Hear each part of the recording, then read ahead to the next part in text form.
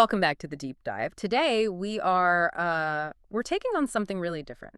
A philosophy, really. A whole system that's designed for anyone who's ever looked around and just thought, this is insane. Right. You know, that feeling that what everyone calls normal is actually the craziest part of it all.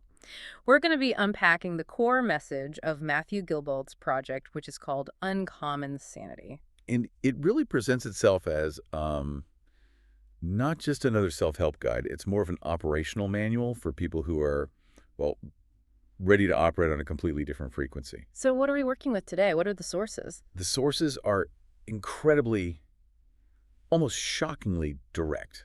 We have the author's personal bio, and then we have this manifesto piece. It's called What I'm Really Doing Here. Okay. And our mission for this deep dive is, I think, really important. It's not to critique it, not really. It's to distill it. We're kind of acting like content refiners. You know? Pulling out the core concepts. Exactly. We need to get a really clear handle on what uncommon sanity actually is as a philosophy, what this practical framework he calls the IAM, the Intentional Ascension Method, is all about, and maybe most interestingly, the very unique, very unapologetic style that he uses to get the message across. That style is what strikes you first, I think. There's this immediate sense of, well, of duty. This isn't just some casual project. Not at all. He frames it as fulfilling a spiritual contract, a promise. And that promise means he has to transmit this information without, worrying about whether it's popular. And crucially, without holding back out of fear. Right. That's the key. No fear.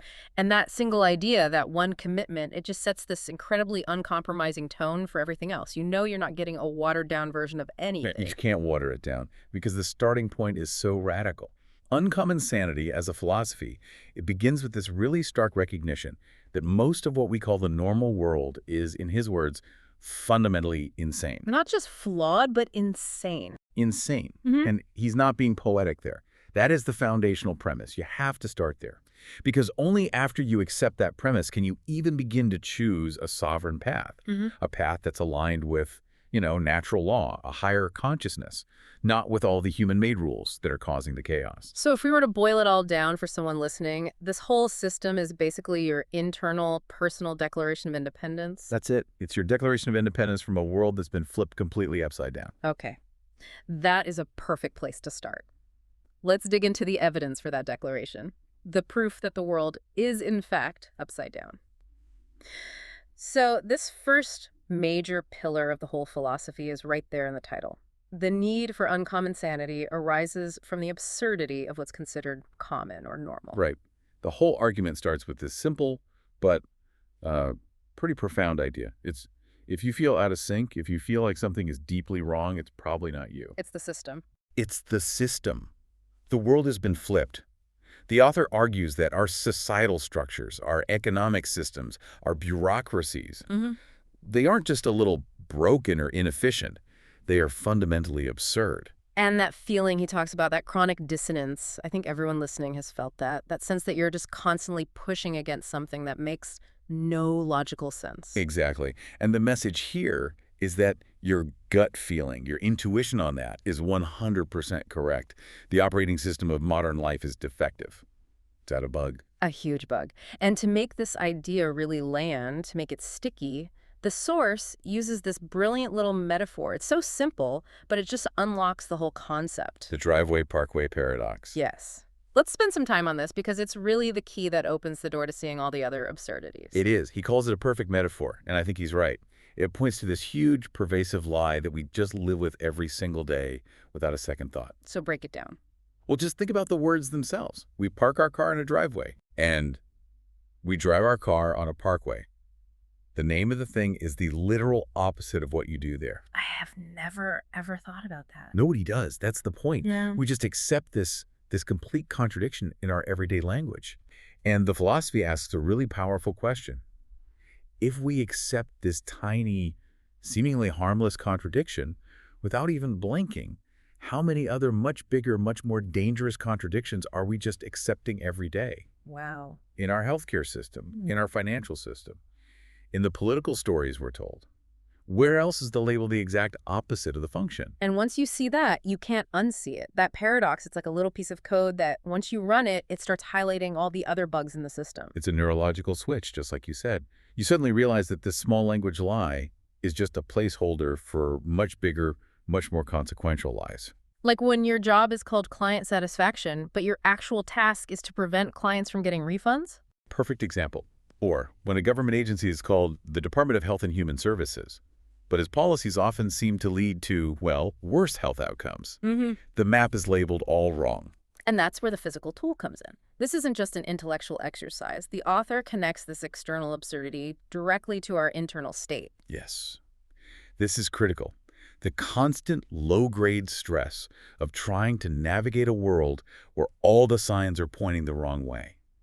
It has a direct consequence. The bio mentions chronic burnout and gut hell. Gut hell, what a phrase. It's visceral, isn't it? The premise is that you cannot live in a system that demands you pretend things make sense when they don't. That cognitive dissonance, without it showing up in your body, your gut, your intuition is screaming that something is wrong. So burnout isn't just about working too many hours. No, it's about your spirit, your body, your subconscious just finally giving up on pretending. It's a rebellion against the constant need to act like the upside-down world is right side up. That internal battle, that's what creates the state of gut hell. Which means if you try to find peace or wellness within that chaotic system, you're just going to create more chaos inside yourself. You're doomed to fail. The only natural result is internal breakdown. So any real healing can't start with, a new diet or a mindfulness app. It has to start with correctly identifying the source of the problem, which is the external madness. Okay, well, let me play devil's advocate here for a second, because I can hear a skeptic listening to this and thinking, okay, sure, but isn't saying the world is insane just a really convenient excuse? An excuse for what? For not taking personal responsibility. It's not my fault I'm struggling, it's the system's fault. How does the source handle that? That's a fair and absolutely necessary question. And the philosophy is not about avoiding responsibility. Not at all. In fact, it's about a much deeper form of responsibility. Oh. It argues that you can only take true responsibility once you've made an accurate diagnosis of your environment. You can't fix a problem you haven't correctly identified. So the uncommon sanity view would be, yes, you are 100% responsible for choosing a path of sanity for yourself, but you are not responsible for pretending a toxic system is healthy. So step one is radical honesty about the external world. It has to be. You have to diagnose the illness before you can build a healthy life outside of it. Yeah.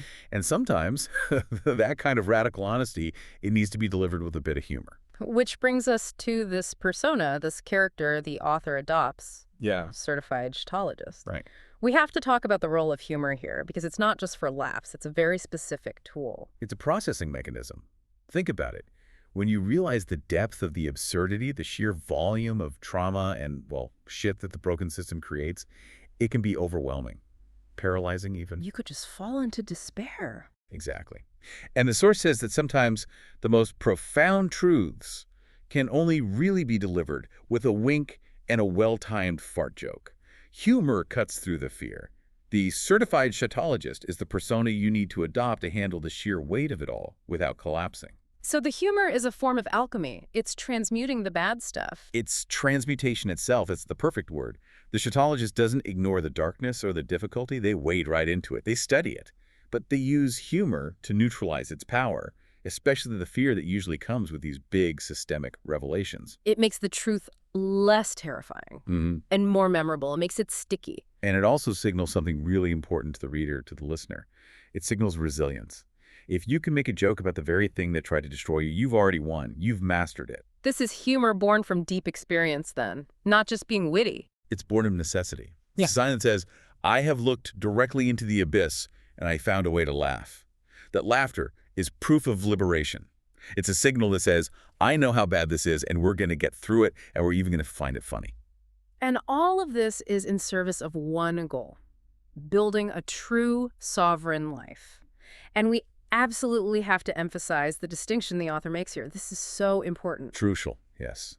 He is very, very clear in the manifesto that when he talks about sovereignty, he is explicitly not talking about the sovereign citizen movement. Right, which has all these other, legal and political connotations. Exactly. He needs to protect the word to protect the concept. Yeah. The sovereignty he's talking about has nothing to do with that. It's not about legal paperwork or weird license plates. Well, what is it about? It's about sovereignty of consciousness. It's entirely internal. It is the act of recognizing that you, and only you, are the ultimate authority over your own internal state, your own perceptions, your own creative power, that I am power. So the Declaration of Independence isn't filed with a court, it's declared within your own mind. Precisely. The whole battleground is internal. It's about self-governance. And that grounds the entire project. It makes it clear that the work isn't about fighting the government. It's about mastering yourself. And if you accept the driveway-parkway paradox as your proof of the external madness, then building that internal sovereignty is the only sane thing to do. But to teach that, to write the manual for it, you can't just be someone with a theory. You have to be someone who's actually done it. which is a perfect transition to our second section, Yep. the credibility of the messenger. The whole claim here is, you can't teach someone how to sail through a hurricane if you've only ever read about the ocean in a book. It's a complete redefinition of what credentials are. It's radical. The author frames all these incredibly difficult life experiences not as failures or tragedies, but as required training. Required training, I love that. It just flips the entire script on trauma and hardship. It says that the biggest failures, the deepest wounds, are actually the highest qualifications you can have for this kind of work. So let's go through this curriculum, this ringer checklist, as the source calls it. This is the training you have to go through to get this kind of clarity. And it starts with the physical stuff. Right, the things we talked about before. Incurable illness and chronic burnout. The so-called gut hell. And this is so important because it's not just a claim. He's saying, the insane system made me sick, and this other system, the IAM, is what made me well. It establishes the proof of concept right away. He's not just the theorist. He's patient zero who cured himself. That's a powerful credential. Then the list moves on to what you could call systemic rejection. Things like being fired, evicted, being gaslit. And being told over and over again that he was crazy. Right. But then the credentials get even heavier. We're talking near-death experiences and time spent in psych wards. Let's pause on the psych ward detail. That one feels loaded. It's incredibly loaded, and that's why it's so critical. Being put in a psych ward is, in a way, the system's final judgment on you. It's the official stamp that says you are defective. It's the system's ultimate tool for invalidation. Precisely. So, if your core belief is that the system is insane, and that system's response is to lock you up and label you as insane, well, what is that? It's confirmation. It's the ultimate confirmation that your diagnosis was right all along. The system tried to silence the messenger because the message was too dangerous. The psych ward experience, seen through this lens, becomes a badge of honor, a proof of sanity. Wow, that's a profound reframing. To look at these huge collapses, financial, physical, mental, and not see them as bad luck, but as essential training. That suggests a level of conscious transformation that's almost hard to grasp. That transformation is the whole point. He didn't just survive these things. The source is clear that he achieved these incredible internal results. He healed his own body. He came back from the dead, metaphorically or maybe even literally. And then there's the most important skill. The humor. Learning to transmute bitterness into a kind of humor that can crack concrete. Let's break that phrase down. Humor that can crack concrete. What does that really mean? It's about weaponizing joy, in a way. Bitterness is an acid. It eats you from the inside out. It's a poison. To transmute it means you take that destructive energy and you refine it, you purify it until it becomes something powerful and constructive. And the concrete. The concrete is the rigid, false structures of the insane world. It's the foundational lies, the fears, the dogmas that hold everything in place. So this humor isn't just about telling a joke. It's a tool for demolition. It's a kind of laughter that can shake assumptions that felt solid and permanent a moment before. It's the certified shitologist at the peak of his powers. Absolutely. And this whole journey, this whole training, it's what fuels his commitment to the mission. He's not doing this to build a following or become an influencer. He's doing it because of that contract. It's a contract, a promise. It's not a career. And this is why he's so specific about what he is not. He's not a brand. He's not an influencer. He says he's not even a teacher. He calls himself a transmitter. A transmitter. Let's unpack that, because in the world of, spiritual gurus and self-help authors, that's a very specific and unusual word to choose. What's the difference between a transmitter and a teacher? A teacher, in the traditional sense, takes the material and adapts it for the student. They might simplify it, slow it down, change the delivery to make sure the student gets it. Their focus is on the student's reception. Yeah, okay. A transmitter is more like a conduit or a radio antenna. The job of the transmitter is to receive a signal, a pure high-integrity signal, and to broadcast it with as little distortion as possible. Regardless of how the audience receives it. Exactly. The priority is the integrity of the signal, not the comfort of the receiver. It removes the ego from the equation. It removes the need to be liked, the need to be popular, the desire for commercial success. All of that just creates static. So, by calling himself a transmitter, he's setting a very clear expectation for the listener. He's saying, I'm giving this to you raw, unfiltered. This is the signal as I received it. Take it or leave it. It reinforces that whole uncompromising tone that comes from the spiritual contract. The message is more important than the messenger, and it's definitely more important than the audience's reaction to it. All right, so we have the diagnosis of the world's problem, which is uncommon sanity. We have the credibility of the person delivering the solution, which comes from the ringer. Now we have to get into the solution itself. The how. The how, the practical framework, the intentional ascension method, or IAM. This is where we need to go deep. Absolutely. And the name itself is the first clue. IAM stands for Intentional Ascension Method, yes. But the source makes it very clear that the real power is in the statement it represents. I am. I am. The author calls it the most powerful creative phrase in any language. Why that phrase? What makes I am so powerful in this context? Because it's the ultimate statement of self-creation and sovereignty. Think about it. The insane system is constantly trying to finish that sentence for you. You are your job title. You are your diagnosis. You are your debt. You are the label they put on you in the psych ward. Exactly. You are all these external definitions. The entire purpose of the IAM is to give you the tools to erase whatever comes after the IAM and reclaim the power to define it for yourself. Intentionally. So it's about taking back the power of definition. It's everything. It's the foundation of conscious creation. And the source of this system is also described in a really interesting way. It's not something the author claims to have just invented out of thin air. Right. He says it was handed down from masters of another origin. Which is a fascinating idea. It suggests a kind of lineage, a source of wisdom that exists outside of our current human paradigm. It connects back to his earlier experiences as a songwriter, where he felt like the songs weren't something he made up, but something he was picking up. Like tuning into a radio frequency. Exactly. The IAM is framed as that same kind of frequency, but one that he's spent decades learning how to decode, how to translate, and how to make practical through his own brutal, real-world experience. So you have this high-level, almost otherworldly wisdom, but it's been pressure-tested in the chaos of modern life. And that's what makes it an operating manual for a different way to be human. It's not just theory. And you can see the long-term nature of this in the text. He mentions that some of the insights from 25 years ago were like the first drafts of this manual. So this wasn't some weekend spiritual download. This was a long, slow process of integration. Decades of it, proving that this high-concept system could actually work in the dirt and the mud of a life that was falling apart. Okay, let's get into the mechanics of it. The first key principle or tenet of the IAM is what the source calls quantum-level healing for consciousness.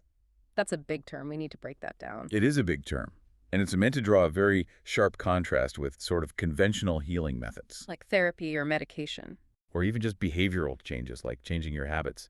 Those things tend to operate on the surface. They manage symptoms, they adjust your narrative about the past, they work on the effects. And quantum-level healing. It's about going to the cause, the fundamental level of reality creation. The core idea from quantum physics is that the observer affects the reality being observed. Your consciousness is not a passive witness. It's an active participant in creation. So the IAM is a method for changing reality by changing the observer. Precisely. If the insane system has helped you create a reality of chronic illness and burnout, quantum healing says you don't just treat the illness, you have to go deeper. You have to change the foundational energetic pattern, the consciousness pattern that is creating that reality in the first place. It's the ultimate inside-out job. You are changing your world at the point of origin, not trying to clean up the mess after the fact. It's the definition of radical self-responsibility, not blaming yourself for the past, but fully, completely reclaiming your power to create your future. But to do that, you run into the second major problem, which is the second key tenet of the IAM. You have to be able to hear yourself think. Right. And this is listening to the signal. The author uses this incredible metaphor for the absolute chaos inside our own heads. The 80,000 thoughts? Yes. The estimate that we have up to 80,000 thoughts cycling through our minds every single day. Just a constant waterfall of noise. And the IAM doesn't claim to stop the waterfall. It says it teaches you how to listen so closely that we can finally hear the true signal through the static. Okay, so let's define the static. What are those 80,000 thoughts made of? Where does all that noise come from? I think we can group it into, say, 3 main categories, and they're all amplified by the insane system we live in. Okay. First, you have fear-based programming. This is all the worry, the anxiety, the scarcity thinking. What if I lose my job? What if I get sick? Am I safe? It's loud, it's repetitive, and its job is to keep you small and afraid. Which makes you easier to control. Of course. Then second, you have what you could call externalized noise. This is the 24-hour news cycle, the political drama, the social media notifications. It's an endless fire hose of information designed specifically to pull your attention outward, away from your own inner world. It creates total cognitive overload. Total. And then the third type, which is maybe the most difficult, is past trauma recurrence. These are the echoes. The old loops from past failures, past heartbreaks, past times you were gaslit. The voices that whisper, you're not good enough, or your perceptions are wrong, remember last time. So the IM isn't about achieving a silent mind, which is what a lot of meditation practices aim for. No, it's more practical, in a way. It's not about silence, it's about discernment. It's about developing the skill to distinguish the one true, clear signal of your sovereign I am self from the 79,999 thoughts of fear, distraction, and old trauma. And that signal, what is it? It's your intuition, your purpose. All of the above. It's the voice of your higher self, your connection to natural law. It's your truth. The IAM provides the tools to tune your own internal radio receiver away from all the noisy, low-frequency static and lock on that one clear, high-integrity station. And if you can do that, if you can find the signal and tune into it, that leads to the third tenet, which is really the whole point of the exercise. Reclaiming power. Yes. This is the end goal. The entire method is a process designed to move you from the chaos of gut hell and burnout to a state of true, unshakable internal sovereignty. It's about you taking the pen back from the world and finishing the sentence, I am, for yourself. This is where it all comes together. But the skeptic is still there, asking, okay, a system from masters of another origin, quantum healing, this all sounds very abstract. How is it grounded? And we come full circle. It's grounded in the most brutal reality imaginable. It's grounded in the ringer. The required training? The required training. The source isn't an abstract theory. It's a survival guide that was battle-tested by its author. He used these exact principles to heal himself from an incurable illness, to pull himself out of a psych ward, to survive complete systemic collapse. So the proof isn't in some ancient scroll. The proof is in the results. The authority isn't in the mystery of the masters. The authority is in the raw, undeniable fact that the system worked under the absolute worst conditions. It's a field guide written in blood, and that's what gives it its power. Okay, so that brings us to the final piece of the puzzle, which isn't just about the what, but the how. How this message is delivered. The strategy of the transmission itself. Right, the uncompromising tone. This is a core feature, not a bug. The entire project is built around the idea that the goal is transmission, not conversion. And that one distinction changes everything about how you communicate. Everything. The author states it so clearly. It's basically a disclaimer for the whole project. He says, if what I share here offends you, that's okay. If it confuses you, that's fine. My job isn't to convince you. My job is to transmit. Now, in today's world of content creation, that is a huge risk. The entire game is usually about maximizing engagement, being as clear as possible, and definitely not offending your audience. Why would he deliberately risk both offense and confusion? Because of the contract. Spiritual contract demands that the signal be pure. Any attempt to soften it, to dilute it, to make it more palatable for the mainstream. For people who are still comfortable in the insane system. Exactly. That would be a violation of the contract. It would add static to the signal and make it useless. But being willing to offend, he's ensuring that the message remains potent and undiluted. It also works as a kind of filter, doesn't it? It's the ultimate filtering mechanism. The people who are meant to hear this message, the ones who need it, are the people who have already felt the absurdity of the world. They hear this raw, unfiltered language, and they don't get offended. They feel recognized. They don't need the soft sell because they're already sold on the problem. They just need to know they're not alone in seeing it. Precisely. And if the message confuses or offends someone who is perfectly happy inside the status quo, well, from the transmitter's perspective, that's fine. The message wasn't for them anyway. Not yet, at least. It's high-frequency communication. It's only going to be heard clearly by receivers that are already tuned to a similar frequency. And for those people, The function of this transmission is profound. It's validation, especially for the listener, the learner, who has probably felt so isolated for so long in their perceptions. It's like he's holding up a mirror. That's the perfect image for it. Yeah. He's holding up a mirror and saying, look, this is the crazy upside-down reality that I see. If this looks familiar to you, then maybe, just maybe, you're not lost. Maybe you're a scout.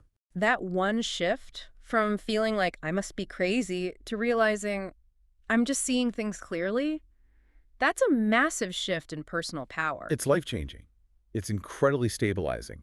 If you spend years being gaslit by the system, being told you're too sensitive or too negative, and then you find this work from someone who survived the system's worst attacks and is describing the world in the exact same terms you use in your head. That reflection gives you permission to trust yourself again. It catalyzes the entire journey toward uncommon sanity. And to wrap all this up, the source brings it back to the bottom line summary. It grounds the message in the messenger's real-life story. Right. This isn't just a persona he created. No.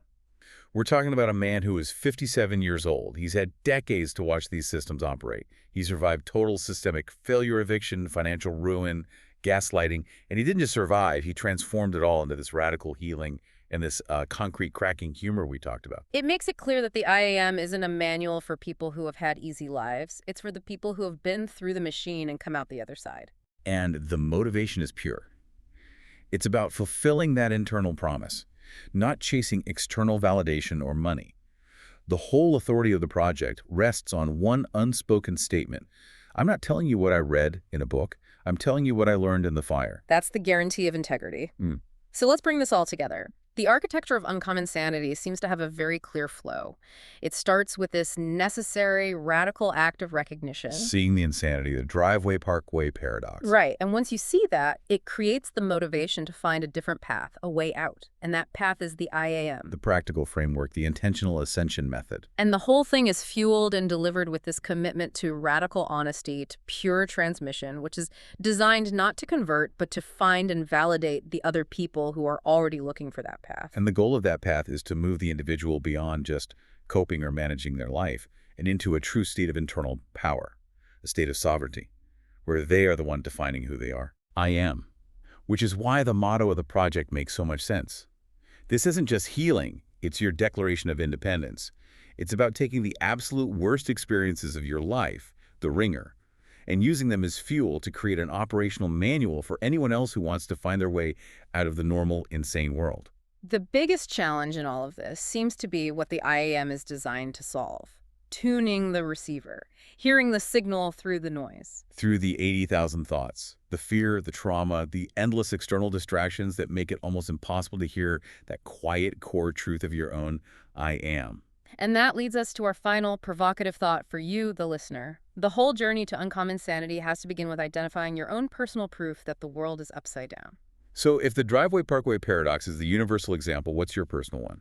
If your life feels like it's reflecting a system that's been flipped, what specific normal absurdity in your daily life is the loudest signal? What's the thing that is screaming at you that you need to stop listening to the static and start trying to find your own signal to reclaim your own I am power? Find your personal metaphor for the institutional insanity. Is it in your workplace, where the incentive systems seem designed to reward the opposite of good work? Is it a social rule you're expected to follow that just feels profoundly unnatural to you? Find that one clear point of dissonance. Because recognizing that specific piece of everyday insanity, that's the first thread you pull. That's the first step toward tuning your receiver, quieting the noise, and beginning to write your own Declaration of Independence. Thank you for joining us on this deep dive into uncommon sanity and the intentional ascension method. We encourage you to explore these ideas and maybe start a list of the specific shit in your own world that's ready to be transmuted. We'll see you next time.